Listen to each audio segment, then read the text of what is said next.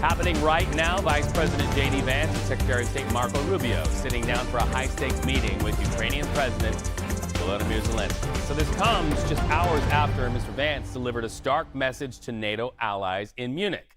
Europe needs to boost defense spending. Take a listen to some of that message. Because as President Trump has made abundantly clear, he believes that our European friends must play a bigger role in the future of this continent.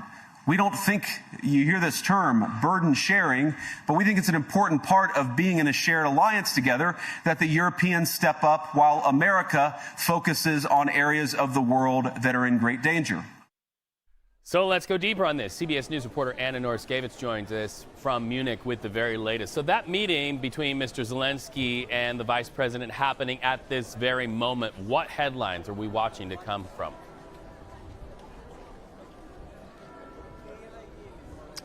It happens just now, and it was a highly anticipated meeting. Secretary of State Rubio and Vice President JD Vance are meeting with Zelenskyy right now, and it is really yet unclear what is going to come out of it. Zelenskyy said this morning that he doesn't see that the U.S. has a ready-made plan there, and the Ukrainian leadership stands very firm with their ideas of peace. But the U.S. here, the U.S. delegation is leading a path towards some form of negotiations. And we will know by hopefully the next half hour what came out of this meeting. Yes, and we can hear the top of the hour bells there behind you. I also want to ask you about Secretary of State Marco Rubio, also present for that meeting. Walk us through Mr. Rubio's presence at that meeting and what you think he has been told by way of the Trump administration and the objectives there. It was not clear if Rubio would eventually make it to Munich because he experienced mechanical issues on his plane traveling here, and they had to return to Washington and find an alternative way here. But now everyone is sitting in the room and having these talks. And of course, for Rubio, it's important to bring U.S. foreign policy objectives to the table, to the path of finding peace there. And it is an important duo for them, showing unity and also the commitment, what we heard from President Trump not too long ago, that the U.S. is now committed to find a way to end this war and bring peace in Ukraine. So a lot of leaders at that meeting at the table. What is the what's next element once this meeting wraps?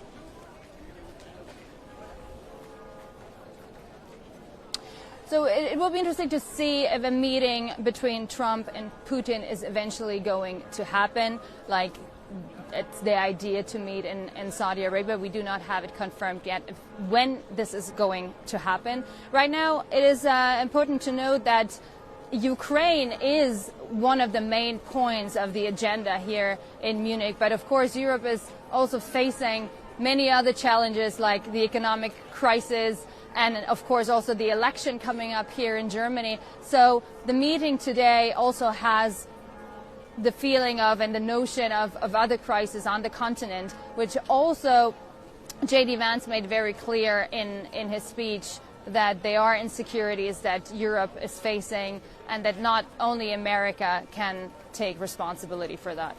Anna, we appreciate your reporting from overseas. Thank you so much. Turning our monitors now to the White House, President Donald Trump closely following that meeting and what happens between Vice President JD Vance and the Ukrainian president. So let's bring in CBS News correspondent Nikole Killion from the White House. Nikole, we know Mr. Trump faces a lot of questions if he plans to include Ukraine in these talks. A lot of people in the European nation have said, don't have these talks if Ukraine is not at the table. Where does the president stand on that? Yeah, well, in a press availability yesterday, the president here at the White House did try to assure Ukraine and make the statement that Ukraine would still be part of these talks. At the same time, though, as you know, earlier this week, he has also suggested, not only did he have that call with Russian President Vladimir Putin, but suggested that the two leaders would eventually meet face to face. And that's really kind of what sparked off that wave of concern, particularly from President Zelenskyy, about whether he would be able to be at the table in terms of negotiating with respect to trying to look for ways to end this conflict. We did, as you mentioned, hear a short time ago from Vice President JD Vance as well, who is currently meeting with the Ukrainian president, also reaffirming that he believes that the president is the ultimate deal maker and that eventually they will try to find a resolution to this conflict. All right, so let's talk about word of executive orders today. We also understand there'll be at least one today. Do we have an idea of what that order might be? Yeah, we don't have a concrete preview as of yet as to what it could be, but we have been told that we expect at some point this week that the president would sign an executive order dealing with issues here in the nation's capital in D.C. With respect to homelessness and kind of cracking down on the city with respect to encampments. So again, the details of that remains to be seen, but that is certainly a potential order he could sign to close out the week. Meanwhile, Nikole, we also are very mindful of mass firings reported among federal employees. What can you tell us about that headline today?